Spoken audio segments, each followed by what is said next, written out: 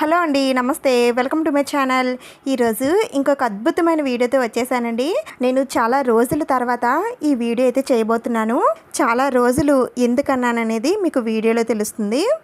ఈ ఫోటోలో ఉన్న అమ్మవారిని ఈ విధంగా ఎలా అందంగా అలంకరించుకోవాలనేది ఈ వీడియోలో చూపిస్తాను. మనకి ఇంకా శ్రావణ మాసం అనేది స్టార్ట్ అయిపోయింది కాబట్టి అమ్మవారిని నేను పూజలో పెట్టుకోవడం కోసం అందంగా అలంకరించుకున్నానండి. అది కూడా అమ్మవారికి ఎంత ఇష్టమైన చందనం కుంకుమతో అమ్మవారికి చీరనైతే కట్టానండి. నాకు ఈసారి అమ్మవారిని ఈ విధంగా అలంకరించుకొని పూజలో పెట్టుకోవాలనిపించిందండి. అందుకని నేనైతే అమ్మవారిని అందంగా అలంకరించుకున్నాను. మీకు ఇంట్రెస్ట్ ఉంటే వీడియోని కంటిన్యూ చేయండి, లేదు అంటే స్కిప్ చేసేయండి. నేనైతే అమ్మవారిని ఎలా డెకరేట్ చేశాననేది చాలా సింపుల్ పద్ధతిలో చూపించబోతున్నాను. ఇంకా వీడియోని అయితే స్టార్ట్ చేసేద్దాం. ముందుగా నేనైతే నా దగ్గర ఉన్నటువంటి లక్ష్మీదేవి అమ్మవారి ఫోటోని అయితే తీసుకున్నానండి. ముందుగా అమ్మవారి ఫోటోని ఏదైనా మంచి క్లాత్తో శుభ్రంగా తుడిచేసుకోండి. ఆ తర్వాత నేను స్టోన్ లైన్ తీసుకున్నానండి. మనం బ్లౌజెస్కి అది డెకరేట్ చేసుకుంటాం కదా, వర్క్ చేసుకుంటాం కదా, ఆ స్టోన్ లైన్ నేను ఇక్కడ తీసుకున్నాను.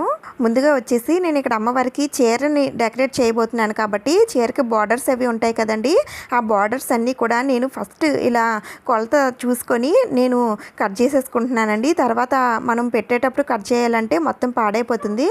అందుకని నేను ముందుగానే ఎక్కడెక్కడ బార్డర్స్ రావాలి అనేది చూసుకొని మొత్తం అంతా కూడా నేను దాని ప్రకారంగా ఈ స్టోన్ లైన్ అయితే తీసుకుంటున్నాను. అయితే ఇవి పెట్టచ్చా లేదా అని మీలో కొంతమందికి డౌట్ అయితే రావచ్చు. వారికి అయితే చెప్తున్నానండి. ఏంటంటే మనం ఎలా అయితే అందంగా అలంకరించుకుంటామో అలానే అమ్మవారిని కూడా అందంగా అలంకరించుకోవడంలో తప్పేమీ లేదండి. ఎందుకంటే ఆ అమ్మవారు కూడా ఆడవారేనండి. అమ్మవారిని అలంకరించుకోవడం కోసం మన దగ్గర బంగారు వస్తువులు అవి ఉండకపోవచ్చు. వాటి ప్లేస్లో మన స్తోమతకి తగినట్టుగా అమ్మవారిని మనకి నచ్చినట్టుగా అలంకరించుకోవచ్చు. నేను తీసుకున్నవన్నీ కూడా ఈ విధంగా 1 by 1 పెట్టుకుంటున్నానండి. ఎందుకంటే ఇవన్నీ కూడా ఒకే సైజులో ఉంటాయి, మళ్ళీ కలిసిపోతే చిన్నది పెద్దది అయిపోతుంది. అందుకని ఫస్ట్ మీరు ఏంటి వేయాలి, సెకండ్ ఏంటి పెట్టాలి అనేవన్నీ కూడా ఒక గుర్తుగా పెట్టుకోండి. ఈ స్టోన్ లైన్ మీటర్ 20 లేదా 25 రూపీస్ అయితే ఉంటుందండి. కాస్త చిన్నదైతే 20 ఉంటుంది, కొంచెం పెద్దదైతే 25 రూపీస్ ఉంటుంది. ఇంకా తర్వాత నేను ఇక్కడ ఇలా చిన్న చిన్న ప్రమిదలను అయితే తీసుకున్నానండి. అయితే ఇవి ప్రమిదలే అవసరం లేదండి, మీ దగ్గర ఉన్న గిన్నెలు ఏవైనా సరే తీసుకోవచ్చు. స్టీల్ గిన్నెలు అయినా సరే తీసుకోవచ్చు అండి. ఎందుకంటే వీటిల్లో మనం ఇప్పుడు చందనం కుంకుమది కలపడం కోసమే తీసుకున్నాం కాబట్టి మీరు ఏదైనా సరే తీసుకోవచ్చు. ముందుగా అయితే నేను ఇక్కడ చందనం తీసుకున్నానండి. నేనైతే అష్టగంధ చందనం పౌడర్ అయితే వాడతాను. నేను ఎక్కువగా బొట్లు అవి పెట్టి అలంకరిస్తూ ఉంటాను కాబట్టి నాకు ఎక్కువ చందనం అయితే పడుతుందండి. అందుకని ఒకేసారి ఇలా పెద్ద డబ్బా అయితే తెచ్చుకుంటాను. ఇప్పుడు ఈ చందనం పౌడరు కొద్దిగా వేసుకోండి. నేను ఇక్కడ చూపిస్తున్నాను చూడండి. ఇదైతే స్పూన్ అయితే కాదు, ఒక చెక్క స్పూన్ లాంటిదండి. దాంతో ఒక 3 స్పూన్స్ అయితే వేసుకున్నాను. ఎక్కువైతే పడదు, కొద్దిగా పడుతుంది. ఇంక తర్వాత నేను కుంకుమ తీసుకున్నానండి. ఇది సింధూరం అంటారు. ఇది రెడ్ కలర్లో ఉంటుందండి. మనం మామూలుగా బొట్లు పెట్టే కుంకుమతో అయితే మనం దీన్ని వెయ్యలేము. అందుకని నేను ఇక్కడ ఈ సింధూరం అయితే తీసుకున్నాను. అయితే ఈ కుంకుమ ఎక్కడ దొరుకుతుంది అనేది నేను ఇంతకుముందే చెప్పాను కదండి. కేఎల్ఎస్ పూజ ఐటమ్స్ వారు శ్రావణ మాసానికి సంబంధించిన కిట్ని అయితే ప్రొవైడ్ చేస్తున్నారండి. ఆ కిట్లో ఈ సింధూరాన్ని అయితే మనకి ఫ్రీగా అందిస్తున్నారండి. అయితే ఈ కుంకుమ సపరేట్గా అయితే వాళ్ళు సేల్ చేయరండి. మీరు కిట్ తీసుకున్నట్లయితే ఆ కిట్లో మీకు ఈ కుంకుమ అనేది లభిస్తుంది. ప్రైస్ కూడా తక్కువేనండి. ఈ కిట్ తీసుకున్నట్లయితే మీకు కుంకుమ వస్తుంది. అలాగే కిట్లో ఉన్న సామాగ్రి అన్నీ కూడా మీకు వరలక్ష్మి వ్రతానికి ఉపయోగపడతాయి.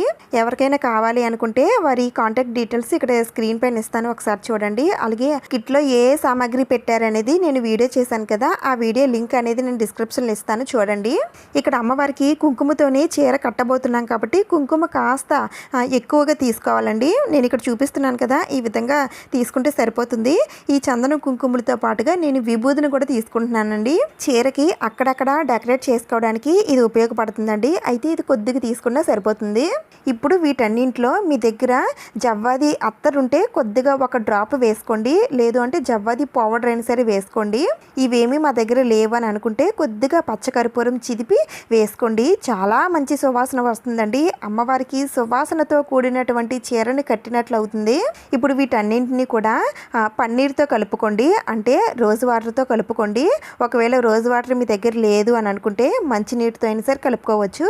అయితే మరీ అంత పలచగా కలుపుకోకూడదండి, అలా అని టైట్గా కూడా కలపకూడదు. మనం బొట్టు పెట్టడానికి వీలుగా ఉండేటట్టు కలుపుకోవాలి.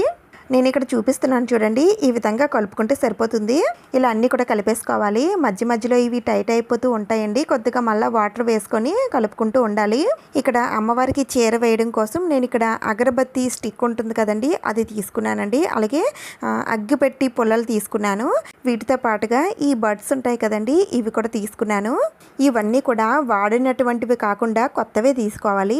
వీటితో వేయొచ్చా అంటే వేయొచ్చండి, పర్వాలేదు. ఇంకా అమ్మవారికి చీరనైతే వేసేద్దాం. ముందుగా నేను చందనంతో స్టార్ట్ చేస్తున్నాను. చీరకి బార్డర్స్ ఉంటాయి కదండి, దానికైతే నేను చందనం వాడుతున్నాను. ఇంకా చీర అంతా కూడా ఎరుపు కలర్ వస్తుందండి. మనం కుంకుమ తీసుకున్నాం కదా, చీర అంతా కూడా ఆ కుంకుమతో వేయాలి. ఆల్రెడీ మీరు ఫోటో చూసారు కదండి, మీకు తెలుస్తుంది. ఫోటోలో అమ్మవారి చీర ఎలా ఉంటుందో అలానే వేసుకోవాలండి. కాస్త బయటకు వచ్చినా సరే మొత్తం పాడైపోతుంది. ఒకవేళ బయటకు వచ్చింది అనుకోండి, మన దగ్గర ఎక్స్ట్రా ఇయర్ బడ్స్ ఉంటే దాంతో ఇలా నీట్గా తుడిచేసుకోండి. ఎక్కడ గ్యాప్స్ లేకుండా ఒక దగ్గర ఎక్కువ ఒక దగ్గర తక్కువ కాకుండా అంతా సమానంగా వేసుకుంటూ రండి. ఈజీయేనండి. మనం అమ్మవారిని అందంగా అలంకరించుకోవాలి అని ఇంట్రెస్ట్ ఉంటే చాలు, అమ్మవారు చక్కగా వస్తారు. చీర మొత్తం ఒకేసారి వేసేయకుండా ఇలా కొద్దిగా వేసిన తర్వాత మనం ఆల్రెడీ కట్ చేసుకొని పెట్టుకున్న స్టోన్ లైన్స్ అయితే ఉన్నాయి కదా, అవి అయితే దీనిపైన అంటించేసుకోండి. ఇవి కొంచెం తడిగానే ఉన్నప్పుడే అంటించుకుంటేనే అవి స్టిక్ అవుతాయి.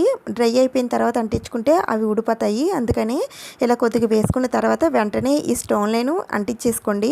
నేను ఇక్కడ ఫాస్ట్ ఫార్వర్డ్లో చూపించేస్తున్నానండి, మరీ స్లో అయితే వీడియో లెంత్ అనేది పెరిగిపోతుంది. అందుకనే ఇంక తర్వాత నేను ఇక్కడ అమ్మవారికి వడ్డానం కూడా ఈ స్టోన్ లైనే పెడుతున్నానండి. అయితే నేను ఇక్కడ 2 లైన్లు అయితే పెడుతున్నాను. ఇంకా చీర అంతా కూడా ఈ విధంగానే వేసేసుకోవాలి. ఇంకా చాలా రోజుల తర్వాత ఈ వీడియో పెడుతున్నాను చెప్పాను కదండి. నేను ఆల్రెడీ ఇంతకు ముందే అమ్మవారికి చందనం చీరనైతే నేను వేశానండి. ఒక 2 ఇయర్స్ బ్యాక్. అమ్మవారిని కాదండి, నేను స్వామివారిని కూడా పువ్వులతో అందంగా అలంకరించానండి. యూట్యూబ్లో ఎవ్వరు కూడా ఈ విధంగా డెకరేట్ అయితే చేయలేదు.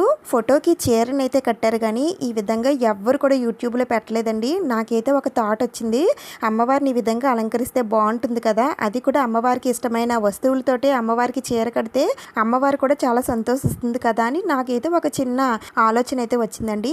దాని ప్రకారంగానే నేను ఇంతకు ముందైతే చాలా అందంగా డెకరేట్ చేసేదాన్ని. ఇప్పుడు కొంచెం బిజీ అయిపోవడం వల్ల ఇవన్నీ కూడా మీకు చూపించలేకపోతున్నాను. అమ్మవారికి చందనం చీర అని చెప్పాను కదండి, ఆ వీడియో కూడా చాలా బాగుంటుంది.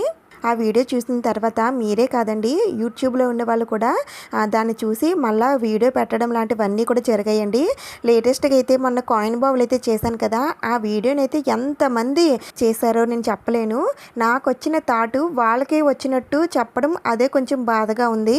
ఎక్కడ చూసి చేస్తున్నారో చెప్పుంటే నేను కొంచెం సంతోషపడేదాన్ని. ఇలాంటివి చాలా చూస్తానండి, కానీ నేనే లైట్ తీసుకుంటాను. ఇవన్నీ మామూలే కదా. ఇక్కడ కొద్దిగా టైం ఉంది కాబట్టి మీతో కొన్ని విషయాలు షేర్ చేసుకుంటున్నాను. ఆ చందనం చీర కూడా మీరు చూడాలి అనుకుంటే డిస్క్రిప్షన్లో లింక్ ఇస్తాను. ఈ వీడియో అయిన తర్వాత ఆ వీడియో కూడా చూడండి, మీకు 2 నచ్చుతాయి. అయితే ఇవన్నీ వేయడం ఎందుకండి, ఆల్రెడీ అమ్మవారి ఫోటోలో చీర కట్టుకునే ఉంటారు కదా, మనకు ఉండవలసింది భక్తి ప్రధానం, భక్తి ఉంటే చాలు, ఇవేమీ అవసరం లేదు అని నెగిటివ్గా మాట్లాడే వాళ్ళు కూడా ఉంటారు కదా. అయితే పూజ చేయడంలోనే భక్తి కాదండి, అమ్మవారిని ఎంత అందంగా అలంకరించుకోవాలి, అమ్మవారిని ఎలా అలంకరించుకోవాలా, ఎలా పెట్టుకోవాలా, పూజ ఎలా చేయాలి, ఇవన్నీ కూడా అమ్మవారి కోసమే ఆలోచిస్తూ ఉండేదాన్ని కూడా భక్తే అంటారండి. నేనైతే ఈ విధంగానే ఆలోచిస్తాను, మీరైతే ఏమైనా అనుకోండి. నెగిటివ్గా ఆలోచించే వారికి మాత్రమే చెప్తున్నాను. నేనైతే అమ్మవారికి పూజ కన్నుల పండగగా మనస్ఫూర్తిగా చేసుకున్నానా లేదా అనేది మాత్రమే చూస్తానండి. ఆ పైన అమ్మవారి దయ, అమ్మవారి కటాక్షం, ఆశీర్వాదం ఉన్నట్లయితే ఎప్పుడూ కూడా అందరం బాగుంటాము. ఇంకా అమ్మవారికి ఈ విధంగా చందనం కుంకుమలతో చీర కట్టినట్లయితే నిజంగా అమ్మవారికి పట్టు వస్త్రాల కన్నా ఈ చీర కట్టినట్లయితే అమ్మవారు చాలా సంతోషిస్తారండి. మనం ఎంత ఇష్టపడి అమ్మవారికి ఈ చీర వేస్తున్నామనేది అమ్మవారు చూస్తారు కాబట్టి ఆ అమ్మవారికి కూడా చాలా బాగా నచ్చుతుందండి.